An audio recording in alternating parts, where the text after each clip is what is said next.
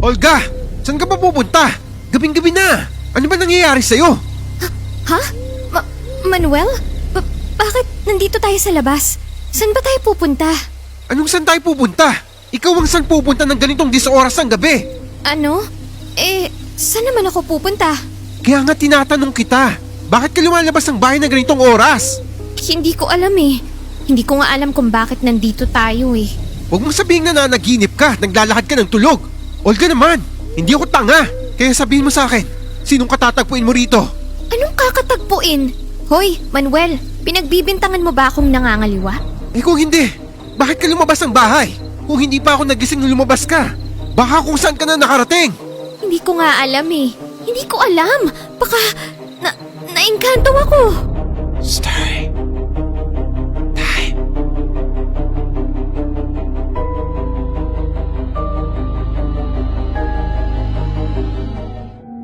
Ako si Manuel, 65 years old, tubong Leyte, pero nakapag-asawa ko ng taga Samar. Ang ikukwento ko ay nangyari noong 1985. 25 years old ako nito at 3 buwan pa lang ang nakakalipas nang ikasal kami ni Olga. Noong una, nakatira kami sa bahay ng mga magulang ko, pero lumipat din kami sa Samar. Ginawa kasi kaming caretaker sa bukid ng pag-aari ng tiyuhin niya. Ako na rin ang sumasaka sa bukid nila, tapos porsyentuhan ng bayad. Mas praktikal naman na dito kami tumira kasi meron kaming kabuhayan. At sa loteng malapit sa bukid naman kami nagtayo ng kubo. Mabait at malaga ang asawa kong si Olga, pero napansin ko kagad ang pagbabago niya pagka-uwi namin sa bayan nila. Palaging natutulala si Olga, tapos hindi mapakali at parang laging balisa. Madalas pa, tumatambay siya malapit sa kakawyan na para bang may inaabangan siya doon. Nung una ay hindi ko pinapansin to, pero palala siya ng palala hanggang sa mahuli ko na nga siyang lumalabas ang bahay nitong hating gabi. Ayokong pag-isipan ng masama ang asawa ko, pero sino ba namang lalaki ang hindi kukutuban kapag ganito na ang kinikilos ng asawa niya? Olga, tumira tayo rito sa lupa ng tiyuhin mo kasi sabi mo praktikal. Hindi tayo maghihirap tapos nakabukod pa tayo. Oo nga. Bakit? Mas maayos naman ang buhay natin ngayon ah. Yung ba talagang dahilan? Manuel, maniwala ka naman sa akin. Hindi ko rin alam kung ano ang nangyayari. Minsan nga, nagugulat na lang ako na nasa kakahuyan na ako eh. Kahit ako, nalilito na rin sa sarili ko. Ano ba namang palusot yan, Olga? Kanya na ba talaga ang tingin mo sa akin? Na sinungaling ako? Matino akong babae, Manuel. Alam mo yan. Oo nga, yan ang pagkakakilala ko sa'yo. Pero ngayon, ewan ko na. Huwag lang talaga kita mahuli-huli dahil hindi ko alam kung ano magagawa ko sa kalaguyo mo. Nang gabing to, ay hindi na ako natulog sa kwarto pag-uwi namin ni Olga. Kinuha ko yung unan at kumot bago padabog na nagpunta sa sala. Nagtiyaga na lang ako matulog sa mahabang bangko kesa naman mas lumala pa ang away namin mag-asawa. Masama ang loob ko nito, pero kahit paano, mahal ko si Olga. Ayoko siyang saktan sa pisikal man o sa salita. Nang magising ako kinabukasan, ay tulog pa si Olga. Nagtataka ako kasi lagi siyang unang nagigising kesa sa akin. Minsan nga pagkagising ko ay meron ng nakahandang almusal kagad. Kaya naisip ko na lang nito na baka masama ang loob niya sa akin. Hanggang pumasok ako sa kwarto at nakita ko ang isang bungkus ng bulaklak sa higaan namin. Iba't ibang klase ng mga bulaklak to na pinagsama-sama. Agad uminit ang ulo ko at ginising si Olga. Meron pa nga siyang hawak na gumamela at nakatapat yun sa dibdib niya. Olga, anong ibig sabihin nito? Hindi agad nagising si Olga, kaya niyugyug ko siya. Pupungas-pungas naman siyang bumangon at napabalikwas pa nang makitang maliwanag na. Naku, umaga na pala. Sorry Manuel, napasarap yata ang tulog ko. Napasarap ang tulog mo? O may pinatulog kang ibang tao dito habang tulog ako sa labas? Ano? Ano bang pinagsasasabi mo? Huwag ka na nga magsinungaling pa! Sino nagbigay ng bulaklak na yan? Nagulat si Olga na makita niya ang bulaklak na nakapatong sa kama namin. Nalilitong lumingon siya sa akin at halatang takot sa mga mata niya. Manuel, hindi ko alam kung saan galing yan. Pagka-uwi natin kagabi, nahilo na ako. Tapos, nakatulog na agad ako ng mahimbing. Hindi ko na alam kung anong sumunod na nangyari. Olga, sabihin mo lang kung nagsisisi ka nagpakasal ka sa akin. Hindi yung iniiputan mo ko sa ulo. Hindi totoo yan.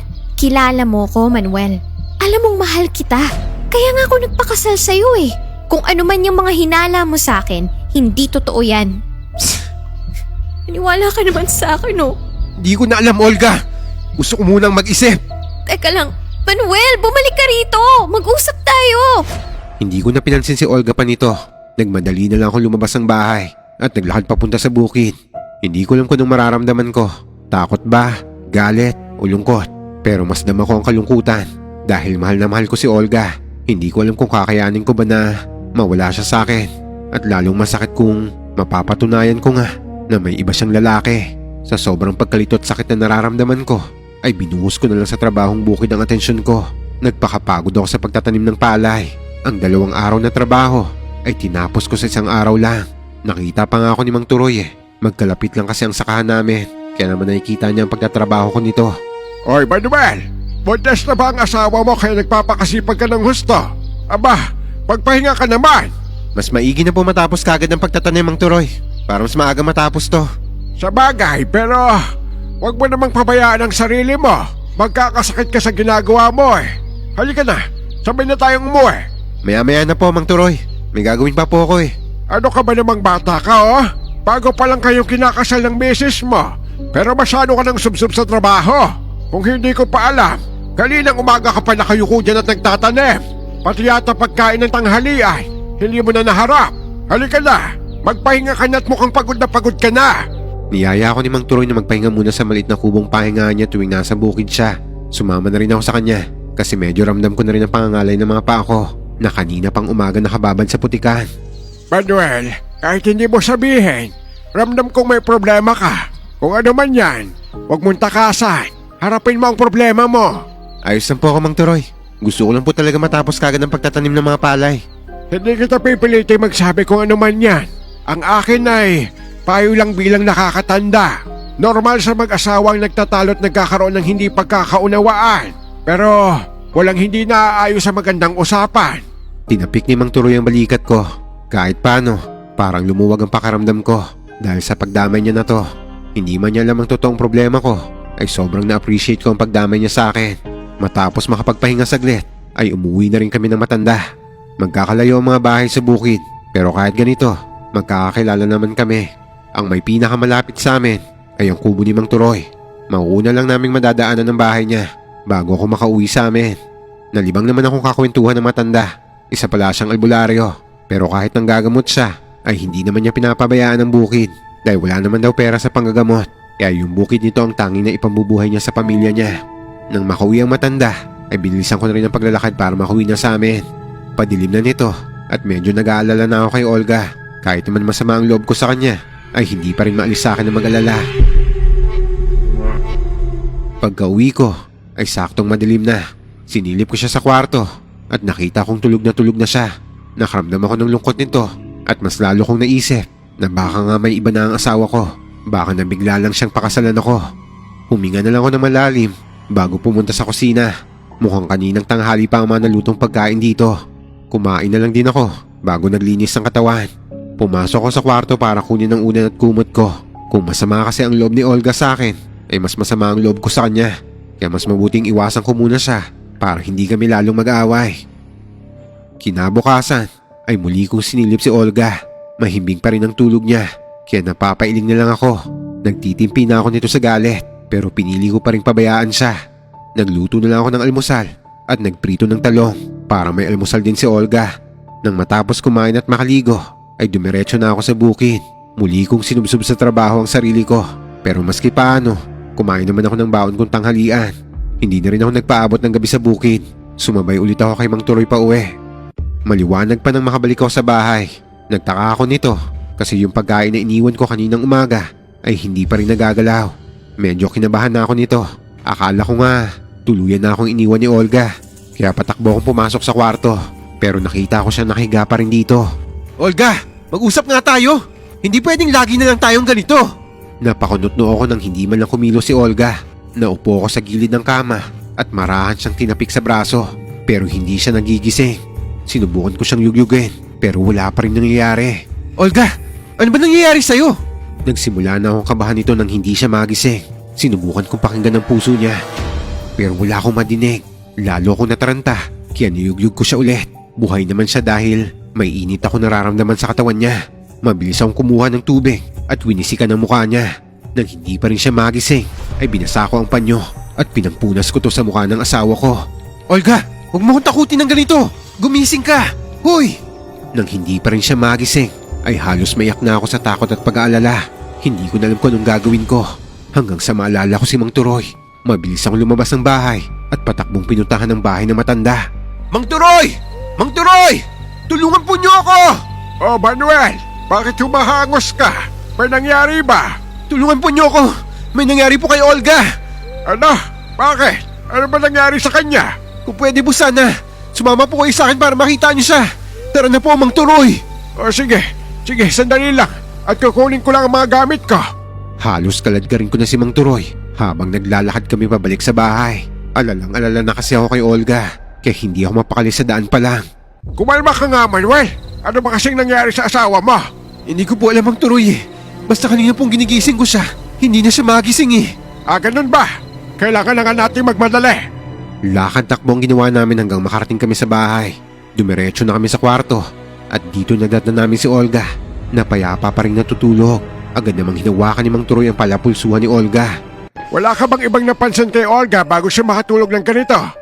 Wala naman po. Dumating po ako kanina. Tulog pa rin siya eh.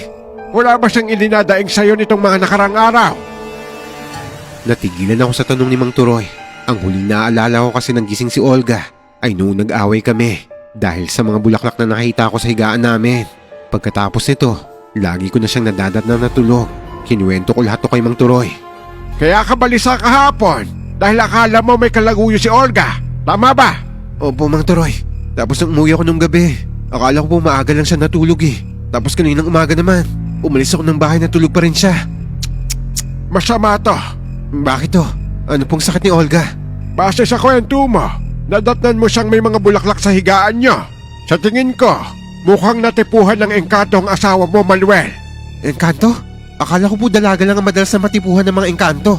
Asawa ko na po si Olga. Bakit pa nila magugustuhan yan? Katulad ng tao, may mga engkanto ding pasaway. Bukod dito sa mga bulaklak, wala ka na bang ibang napansin? Madalas po siyang wala sa sarili. Tapos tumatambay siya palagi sa may kakahuyan. Kapag tinatanong ko kung bakit siya nandun, hindi rin niya alam kung bakit eh. Mukhang tama nga talaga ang kutob ko. Engkanto ang may gawa nito. Kung ganun, totoo po na pinaglalaroan ng engkanto ang asawa ko? Kaya lagi siyang wala sa sarili? At kung saan-saan siya nakakarating? Kasi ang mga engkanto ay may kakayahang maghipnotismo. Kaya nilang pasunurin ng isang tao gamit ang engkantasyon nila. Diyos ko, anong nagawa ko sa asawa ko? Nasaktan ko si Olga, Mang Turoy. Hindi ako naniwala sa kanya na nag-away kami. Uy, Olga, gumising ka na. Patawarin mo ko. Mahal, Olga. Niyakap ko na mahigpit si Olga. Tapos bahagyang niyugyog. Umaasa ako na magigising siya. Kaso pinigilan ako ni Mang Turoy. Manuel, kumalma ka muna. Mang Turoy, maawa kayo. Tulungan niyo akong gisingin ng asawa ko. Manuel, kahit anong gawin natin, hindi na yan magigising. Hindi na yan ang asawa mo. Ano pong ibig niyo sabihin? Paano hindi siya ang asawa ko? Sabi mo, nag-away kayo ni Olga. Diba? Iyon ang pagkakataong hinintay ng engkanto para lansihin o lokohin ang asawa mo para sumama sa kanya. Pero, nandito po ang katawan ni Olga. Ito, natutulog lang siya. Paniwala ka sa akin, Manuel. Hindi na yan si Olga. Hindi na yan ang asawa mo. Takang-taka ako nito dahil sa sinabi ni Mang Turoy. Hanggang may kinuha siyang garapon sa dala niyang bag. Tingin ko'y abo ang laman nito. Dumakot ang matanda ng abong nasa garapon. Tapos binulungan niya to ng orasyon. Matapos to, ay iwinisik niya ang abo sa katawan ni Olga. Hindi ako makapaniwala na masaksihan ko mismo ang pagbabagong anyo ng katawan ni Olga. Naging katawan to ng puno ng saging. Hindi. Paano nangyari yun? Mang Turoy, saan mo dinala ang asawa ko? Manuel, hindi ako ang kumuha ng asawa mo. Nililin lang ka ng engkanto. May ginamit siyang engkantasyon sa puno ng saging. Kaya ang tingin natin ay si Olga yan. Mang Turoy, ano pong gagawin ko? Paano ko mababawi si Olga sa mga engkanto? Yan ang hindi ko alam, Manuel. Hindi ko alam kung paano kita matutulungan pagdating dyan. Mang Turoy, parang awa nyo na. Wala na akong ibang malalapitan eh. Kailangan makakatulong sa akin. Tulungan niyo po ko. Yung may mga sakit, kaya kong gamutin at pagalingin. Pero ibang kaso na to, Manuel. Mahirap hanapin ng nawawala. Lalo na kung engkanto ang kumuha. Gaano man kahirap, gagawin ko. Ituro lang po niyo sa akin kung paano at kung saan ako magsisimula. Hindi ko po pwedeng pabayaan lang ang asawa ko. Nakikiusap ako, Mang Turoy. Tulungan niyo ako. Naawa naman sa akin si Mang Turoy. Sinabi niya ang mga bagay na dapat kong malaman tungkol sa mga engkanto, pati na yung pinaniniwalaang tirahan ng mga to. Alam mo ba yung lugar na sasabi nilang hanapan ng mga nawawala? Ang biringan po ba? Totoo po bang lugar na yan? Nakita mo naman na nangyari sa asawa mo. Kaya magdududa ka pa ba, Manuel? Kung ganun, saan ko po mahanap ang daan papunta sa biringan na yan? Madami silang mga portal sa iba't ibang lugar. Mahirap nga lang to hanapin. Hindi kayo may portal po sa may kakahuyan? Doon po kasi pumupunta si Olga kapag wala siya sa sarili niya eh. Pwedeng meron doon. Pero baka itinago na to ng mga engkanto para hindi mo mahanap ang asawa mo. Hindi po bale. Hahanapin ko siya. Hindi ako titigil hanggat hindi ko siya naibabalik dito. Maginganda ka rin sa pwedeng mangyari, Manuel. Dahil para ka naghahanap ng karayom sa mga dayami. Masyadong malawak ang biringan. Tapos may paniniwala pa na sino mang pumasok doon ay hindi na makakalabas ng buhay. O kung buhay ka mang makalabas, baka mabaliw ka naman pagbalik dito. Handa na ako, Mang Turoy. Sumumpa ako sa Diyos nung kinasal kami ni Olga. Kaya hindi ko siya pwedeng pabayaan na lang. Sige, ikaw ang bahala. Pero dalhin mo tong medalyon. Protection mo lang to para hindi ka maligaw at mapaglaruan ng engkanto. Mag-iingat ka, Manuel. Hindi na kita masasamahan sa mga lakad mo. Ayos lang po, Mang Turoy. Salamat po sa tulong nyo. Bago ko umalis sa lugar namin, ay pumunta muna ako sa Kakahuyan, kung saan madalas puntahan noon ni Olga kapag wala siya sa sarili. Noon, akala ko may kinakatagpo siyang kalaguyo, pero hindi ko lang inakala. Engkanto pala ang kinakatagpo niya rito.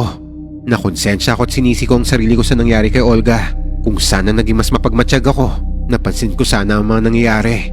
Kaso imbis na unawain ko siya, ay pinagdudahan ko pa ang asawa ko. Ngayon tuloy, wala akong dapat sisihin kundi ang sarili ko. Olga, hintayin mo ko. Pangako, babawiin kita. Nagmasid-masid ako sa paligid ng kakahuyan nito. Maraming puno ang nandito, pero bukod tangi ang akasya lang ang pinakamalaki at pinakamatayog sa punong mga nandito. Kaya nilapitan ko to at pinagmasdan. Nag-init bigla ang medalyong binigay sa akin ni Mang Turoy. Kaya ramdam ko may kakaiba sa akasya na to. Hinaplos ko ang katawan ng puno. Nakaramdam ako ng pagkahilo, pero tiniis ko to. Hanggang sa may malakas na puwersa ang nagtulak sa akin palayo sa puno. Napatras ako ng ilang hakbang palayo dahil medyo malakas ang puwersang yon. Imbis na higupin ako ng portal, ay iniluwa ko nito. Mukhang tama nga ang sinabi ni Mang Turoy. Pinaghandaan mo to kung sino ka mang engkanto na kumuha sa asawa ko. Pero hindi ako titigil. Babawiin ko si Olga sa'yo. Masama ang loob ko na umuwi sa kubo namin. Kung hindi na ako makapasok sa portal na yon, hahanap ako ng ibang madadaanan kahit saan pa ako makarating. Umuwi muna ako nito sa bahay ng mga magulang ni Olga. Kahit sila ay sobrang naging pag-alala sa anak nila. Matagal na raw palang may nagkakagustong engkanto kay Olga. Kaya pinadala to sa Leyte kung saan kami nagkakilala. Akala nila titigilan na siya ng engkanto nung mag-asawa siya. Kaso mukhang malakas talaga ang tama ng engkanto sa misis ko. Kaya kahit asawa ko na siya, ay pilit pa rin niyang inaagaw sa akin. Diyos ko, ano na kaya nangyari sa anak ko? Nay, pangako po, babawiin ko po si Olga. Anak, mahirap kalaban ng mga engkanto. Nay, magtiwala lang po kayo sa Diyos. Mas malakas siya kaysa sa mga engkantong yan. Ang gusto pong malaman ngayon, kung saan parte po ba ng bayan yung mga sinasabing portal ng biringan. Papasok ka sa... Manuel, sigurado ka ba? Para po kay Olga. Opo. Delikado ang pumunta sa biringan. Baka hindi ka na makalabas ng buhay. Handa na po ako, Nay. Hindi ako natatakot sa kanila. Kung ganon, Manuel anak, ngayon pa lang nagpapasalamat na ako sa'yo. Laking pasasalamat ko na ikaw ang naging asawa ng anak ko. Ipagdarasal ko ang tagumpay mo. Matapos kong ipaalam sa pamilya ni Olga ang nangyari, ay lumakad na rin ako para hanapin siya. Tumulong din naman ang mga magulang at kamag-anak niya. Meron pa nga nag-report sa pulis eh. Ang sabi, maghintay na lang kami sa resulta ng paghahanap. Pero hindi ko kayang maupo na lang dahil habang tumatagal, mas lalong nanganganib ang buhay ng asawa ko.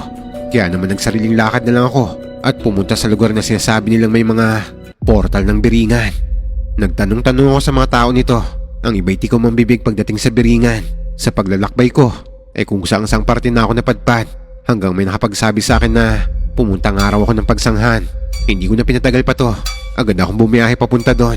Tanging ilang damit at pera lang ang dala ko. Saka yung medalyon na pinasuot sa akin ni Mang Turoy. Pagdating sa pagsanghan, ay naglibot-libot lang ako at nagtanong sa mga taga rito kung saan ko matatagpuan ang portal papuntang biringan. Magandang araw ho. Itatanong ko lang ho kung saan po ba banda dito ang lugar ng biringan. Biringan ba ka mo? Nako, Huwag kayong magpapaniwala sa mga yan. Panakot lang yan sa mga bata. Ganun po ba? Sige po, salamat na lang po. Bigo ako nakakuha ng impormasyon sa mga taong napagtanungan ko rito. Ang iba'y takot tong pag-usapan, habang ang iba naman ay halatang umiiwas at sinasabing hindi totoo ang lugar na yon. Habang tumatagal ang paghahanap ko, ay nauubos na rin ang perang dala ko. 3 linggo ako nagpalaboy-laboy sa pagsanghan, pero wala pa rin nangyayari nito sa paghahanap ko. Ubus na ang perang pinambibili ko ng pagkain. Pagod na rin ako sa kakalakad, kaya dahil sa gutom at pagod, sumandal na lang ako sa isang puno. Bigla ako nakaramdam ng pagkahilo paglapat ng likod ko sa punong sinandalan ko, hanggang sa hindi ko na malayang nakatulog na pala ako. Naalipungatan na lang ako nang may tumapik sa pisngi ko. Sino ka? Ako si Lourdes. Nakita kasi kitang natutulog dito mag-isa. Ayos ka lang ba? Oo, ayos lang ako. Mukhang hindi maayos ang lagay mo. Ano bang ginagawa mo dito sa gubat? Gubat? Teka, paano ko napadpad sa gubat? Ang alam ko, nasa gilid ako ng daan kanina nung magpahinga ako Ganun ba? Huwag na nating pag-usapan yan. Halika, mukhang gutom ka na. Malapit lang ang bahay ko rito. Nako, salamat. Sa totoo lang, kanina pa ako nauuhaw at nagugutom Isinama ako ni Lourdes sa bahay niya. Hindi naman kalayuan yun sa gubat. Malapit na rin dumilim nito, pero sa pagkakaalala ko, umaga nang maidlip ako. Pero nakakapagtakang hapon na akong nagising, tapos sa ibang lugar pa. Ang natatandaan ko kasi, nasa residential area ako. Pero ngayon, wala akong makitang mga bahay dito. Puro puno ang nakapaligid sa amin. Ang isa pang nakakapagtaka, bakit nasa gubat din si Lourdes? Nakailang lakad rin kami nito bago kami makarating sa kubo niya. May kalakihan to, at mukhang yung mga kubong mamahalin. Pinapasok niya ako, at mas nagtaka ako nang makita ang loob ng bahay niya. Puro mamahaling gamit ang nandito. Maupo ka muna. Kukuha lang ako ng maiinom at pagkain. Sige, salamat. Nagtatakang iginala ko ang paningin ko sa paligid. Puro mamahaling antigo ang gamit dito. Hindi ko inakalang mayaman pala ang babaeng to. Pero parang wala tong takot dahil pinapasok niya ako sa bahay niya kahit hindi niya ako lubos nakakilala. Pagbalik niya ay may dala na siyang nilagang saging ng tubig. Dahil sa gutom ay hindi na ako nahiyat agad ko tong kinain. Saan ka ba galing? Mukhang hindi ka taga rito Ako si Manuel. Dahil lang ako rito. Hinahanap ko kasi ang asawa ko Bakit mo naman hahanapin dito ang asawa mo? Dito ba siya huling nawala? Mahabang kwento Pero ang totoo, kaya nandito ako ay para hanapin ang daan papunta sa Biringan. Natigilan ng babae sa sinabi ko. Naging mailap ang mga mata niya na parang may tinatago. Lourdes, may alam ka ba tungkol sa Biringan? Bakit mo hinahanap ang ayaw magpakita? Ang mapapayo ko sa'yo, umuwi ka na lang. Ihahatid kita palabas sa gubat na to. Salamat pero ayoko nang makaabala pa. Ako na lang ang hahanap ng daan para makauwi. Hindi mo mahahanap ang daan dito palabas, kaya ihahatid na lang kita. Pero huwag kang gagawa ng ingay paglabas natin. Huwag ka ring babanggit ng kahit ano tungkol sa hinahanap mo. Halika na. Nagtaka ako kasi parang nag-ibang mood ni Lourdes. Para bang may kinakatakutan siya. Ngayon ko lang din naramdaman ng pag-iinit ng medalyon na binigay sa akin ni Mang Turoy. Hindi naman sobrang init. Sakto lang para magbigay babala na may kakaiba sa paligid. Lourdes! Shhh! Sinabi kong huwag kang maingay. Lumingon sa akin si Lourdes para sawayin ako. May kakaiba sa aura niya na ngayon ko lang napansin. Hinawakan ko na mahigpit ang medalyon ko hanggang sa napansin ko ang anyo ng babae. Wala siyang kanal sa pagitan ng ilong at bibig. Kinabahan ako nito pero hindi ako nagpahalata. Una siyang naglakad sa akin at nasa likod niya lang ako. Naghintay ako nito ng pagkakataon para takasan siya. Naisip ko kasi kung engkanto si Lourdes, hindi ako pwedeng makalabas sa gubat na to dahil mukhang nandito na ang hinahanap ko. Oras na maihatid niya ako palabas, siguradong hindi na ako makakapasok pabalik. Ramdam ko kasi na malapit na ako sa hinahanap ko. Binagalan ko ang paglalakad hanggang sa makalayo na siya sa akin. Bago pa niya ako lingunin, ay tumakbo na ako at nagpalipat-lipat sa mga tataguang puno. Hindi ko na alam kung saang direksyon ako patungo nito. Ang mahalaga ay makalayo ako kay Lourdes. Nang mati akong wala na ang babae sa paningin ko, ay dito lang ako napanatag.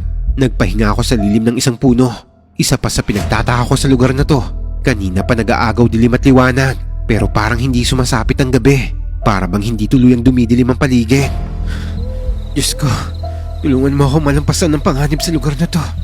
Kung ito na ang Biringan na hinahanap ko, tulungan niyo ako mahanap ang asawa ko. Matapos magpahinga, ay naglakad muli ako. Walang katiyakan kung saan ako pupunta. Wala ring sapat na plano, kung paano ko ba mababawi ang asawa ko. Bahala na. Ang importante ngayon ay makita ko si Olga. Sa paglalakad-lakad ko nito ay nakarinig ako ng lagaslas ng tubig. Hinanap ko to kasi gusto ko maghilamos para kahit paano ay mapreskohan ang katawan ko. Sinundan ko ang tunog ng mga lagaslas hanggang sa mahanap ko ang pinanggagalingan nito. Namangha ako sa nakita ko dahil napakalinis ang tubig ng ilog na to. Nakikita ko pa ang naglalanguyang mga isda sa ilalim, pati na yung mga bato. Agad ako naupo sa mabatong gilid ng ilog at naghilamos at uminom na rin. Habang naghihilamos ako, ay naramdaman ko ang isang matalim na bagay na dumapi sa leeg ko, kasabay ng mariing boses sa matandang lalaki. Sino ka? At bakit ka nandito? Teka lang po, hindi ako masamang tao. Nakikiinom lang ako sa ilog na to. Kung ganun, tao ka? Nilingon ko yung nasa likod ko. Pagkakita ko, isa tong matandang lalaki. Nasa tingin ko'y nasa 50 ang edad. Mahaba ang buhok nito at nakasuot ng kupas na maong at t-shirt na may mga butas na. Parang matagal na siya sa lugar na to. Pero nakita ko merong kanal sa pagitan ng ilong at bibig niya. Kaya sigurado ako nito na tao siya. Tao rin po kayo? Huwag tayo rito mag-usap. Halika, sumunod ka sa akin. Duda man ako sa matanda, ay wala naman akong pagpipilian kung di ang magtiwala at sumunod sa kanya. Bukod kasi kay Lourdes, ay siya lang ang nakita ko nilalang sa loob ng gubat na to. Hanggang dinala ako ng matanda sa loob ng isang kubo na malapit lang din sa ilog. Maliit ang kubo nito at walang gaanong gamit. Hindi tulad sa bahay ni Lourdes. Ako nga po pala si Manuel. Ako naman si Puldo. Kung tanong mo kanina kung tao ako. Oo, tao ako. Maliban sa akin, may bababang nakakita sa'yo rito. Meron po. Si Lourdes. Siya ang nagpakain at nagpainom sa akin kanina. Iahatid niyan sana ako palabas pero... Tiyak na hinahanap ka na nila ngayon. Pero huwag kang magalala. May tagabulag ang kubo ko. Hindi ka nila mahahanap hanggat nandito ka sa loob. Mang Puldo, anong lugar po ba to? Ito po ba yung tinatawag nilang Biringan? Hindi pa to ang biringan. Huwag kang magalala. Hindi rin nila tayo maririnig kapag nasa loob ka na ng kubo ko. Kung ganon, nasang lugar po tayo? Bakit kakaibang gubat na to? Nasa loob ka ng portal, Manuel. Kumbaga sa lugar natin, nasa boundary ka na ng biringan. Nasa pagitan tayo ng mundo natin at mundo ng mga engkanto. Kung ganon, malapit ko na marating ang Biringan. Mang Puldo, alam po ba niyo kung paano makakapasok sa Biringan? Hindi basta-basta ang pagpasok sa biringan, Manuel. Kung hindi ka nila pinili maging bisita, mahihirapan kang pasukin yon. Handa po ako kahit gaano kahirap. Ang importante po sa akin, mahanap ko ang asawa ko. Kinuha nila ang asawa ko eh. Pero paano mo magagawa yon? Baka bago mo mailigtas ang asawa mo, ay napahama ka na. Natigilan ako sa sinabi ni Mang Puldo. May katwiran siya. Paano ko maililigtas ang asawa ko? Kung ako mismo ay hindi ko alam kung paano lulusutan ng mga panganib na sinasabi ni Mang Puldo. Tutulungan kita, Manuel. Pero kailangan mo na kitang ihanda para maging malakas ka. Napansin kong may medalyong kang dala. Bigay po ito ng albularyong kaibigan ko sa amin. Proteksyon lang yan sa engkantasyon nila. Ang mga engkanto kasi ay magaling magmanipula ng isip. Kaya nilang paglaruan ng isipan mo para pasunodin ka sa gusto nila. Pero habang suot mo ang medalyon na yan, hindi ka nila magagawang linlangin. Ganun po ba? Kung ganun, matutulungan pala ako nito para hindi ako mahulog sa patibong nila. Pero paano mo naman sila lalabanan kung wala kang lakas? Natigilan ulit ako sa sinabi niya. Nalulumong na paupo na lang ako sa bangkong nandito dahil pinanghihinaan na ako ng loob. Dahil sa kagustuhan kong iligtas ang asawa ko, hindi ko na naisip ang mga posibleng kaharapin ko sa pagpasok sa mundo ng mga engkanto. Mang Puldo, hindi ko po alam eh. Ang gusto ko lang ay mailigtas ang asawa ko sa kamay ng mga engkanto. Gusto ko siyang bawiin dahil hindi ko kayang basta na lang siya pabayaan. Alam ko at sigurado akong hindi niya kagustuhan ang nangyari. Nilinlang lang siya ng engkantong sinamahan niya. Sigurado ka ba? Hindi siya kusang sumama. Sigurado po ako. Pero, oo, nung una duda ako sa asawa ko. Pero ngayon alam kong hindi siya kusang sumama sa engkantong yun. Ikinuwento ko kay Mang Puldo ang mga nangyari bago mawala ang asawa ko. Sige, tutulungan kitang mabawi ang asawa mo. Pero kailangan natin magsanay. Sasanayin kita kung paano makipaglaban at tuturuan kita ng mga dapat mong matutunan. Isa rin po ba kayong albularyo tulad ng kaibigan ko? Oo, marami akong alam sa lihim na aral. Yung medalyong suot mo, puponduhan ko yan ng mga orasyong magagamit mo sa pakikipaglaban. Sige po, maraming salamat po sa tulong niyo, Mang Puldo. Nag-aagaw pa rin ng dilim at liwanag na tumanaw ako sa bintana. Matapos kasi namin mag-usap ni Mang Puldo, ay lumabas siya ng kubo. Binili niya sa akin na huwag muna akong lalabas dahil delikado raw. Baka pinahahanap na raw ako ni Lourdes. Si Lourdes daw kasi ang bantay sa lugar na to. Namumuhay daw ang mga to na parang tao lang din dito. Para kapag may naligaw na tao rito, ay pagkakamalang normal na gubat lang to. Pero oras na malaman ng mga to, na alam na ng tao ang pinasok nilang lugar at saka sila hahabulin ng mga to at hahatulan. Depende raw sa hatol kung papatayin, gagawing alipin o papalayain. Kaya para sa kaligtasan ko ay nanatili na lang ako sa loob ng kubo. Pagbalik ni Mang Puldo ay may dala na tong saging at binigay niya to sa akin. Kumain ka muna. Nakuha ko yan sa labas ng portal. Salamat po Mang Puldo. Kayo po, sabayin niyo na po akong kumain. Sige lang, tapos na ako. Bilisan mo dahil mahaba pa ang oras para mapagsanay tayo. Napansin kong umiwas si Mang Puldo ng tingin. Nangyayain ko siyang kumain. Pumunta lang siya sa bintana at tumanaw doon. Parang malalim ang iniisip niya nito. Kaya naisipan kong tanungin siya. Mang Puldo, hindi ba tao kayo? Kasi may kanal naman sa pagitan ng ilong at bibig niyo eh. Oo, tao ako katulad mo. Kung ganun po, bakit kayo nandito? At nakapagpatayo pa kayo ng kubo? Dito na po ba kayo nakatira? Lumabas-pasok ako sa portal na to, pati na sa biringan. Nako, buti naman po nakilala ko kayo. Sigurado, malakas kayong albularyo kaya nagagawa niyo yan. Wala rin namang silbi ang lakas ng pagiging albularyo ko eh. Po, bakit naman po niyo nasabi yan? Hindi ko rin naman magawang iuwi ang anak ko. Nandito po ang anak niyo? Bumuntong hininga si Mang Puldo. Nakita kong namumuong luha sa mga mata niya. Pero mabilis niya tong pinunasan. Akala ko nga, mananahimik lang siya kaya hindi na ako nag-usisa pa. Nagulat na lang ako nung magsimula na siyang magkwento. Pareho tayo, Manuel. Tinuwa rin kasi ng engkanto ang mahal ko sa buhay. 16 years old pa lang ang anak ko noon nang kunin siya ng engkanto. Kinalulungkot ko pong marinig yan, Mang Puldo. Hayaan po nyo, kung dalawa po tayong papasok sa biringan, tutulungan ko rin po kayo mabawi ang anak nyo. Magtulungan po tayo. Hindi na. Pumili na ang anak ko ng buhay na gusto niya. Mas pinili niya ang engkanto kaysa sumama sa akin pa uwi. Eh bakit naman nasa ilalim lang po ng engkantasyon ng anak nyo? Kaya ayaw niyang sumama sa inyo. Malinaw ang isip ng anak ko nung araw na sinubuhan ko siyang bawiin. Kahit anong lakas ng agimat at kaalaman ko, hindi ko siya nagawang maiuwi. Nahulog ang loob niya sa engkanto, kaya mas gusto niya na lang sumama doon. Ang lungkot naman po pala na nangyari sa inyo. Kaya nga tinatanong kita kung kusa bang sumama ang asawa mo. Dahil baka magsayang lang tayo ng panahon sa pagliligtas sa kanya. Tapos sa huli, hindi rin pala ikaw ang pipiliin niya. Mahal po ako ng asawa ko. Sigurado po ako doon. Kung ganun, bukas, magsasanay tayo. Sa ngayon, magpahinga ka muna. Dahil mamaya lang, gabi na. Sinindihan ni Mang Puldo ang lampara, kaya lumiwanag ang paligid. Napakaliit lang ng lampara na to pero parang may supply na kuryente sa loob dahil singliwanag to ng bumbilya. Maya-maya lang ay madilim na nga sa labas. Gumagabi rin pala sa lugar na to pero parang napakabagal ng oras. Saglit lang ay nakaramdam na ako ng antok hanggang sa makatulog na ako. Nagising na lang ako sa kalagitnaan ng gabi dahil nakarinig ako ng malalakas na ugong ng sasakyan. Sunod-sunod na busina at angil ng mga makinang naririnig ko. Nang magmulat ako ng mata, ay medyo nasilaw pa ako sa liwanag ng lampara. Bumangon ako nang makita ko si Mang Puldo na nakaupo at may binubuklat na mga libro. Mang Puldo, saan galing ang mga ingay na yon? Sa biringan yon. Grabe, totoo palang parang syudad ang ingay doon? Oo, paminsan-minsan ay naririnig dito. Matulog ko pa ulit dahil mahaba pa ang gabi. Pansin ko nga po mabagal ang oras dito. Totoo yan, mabagal ang oras dito.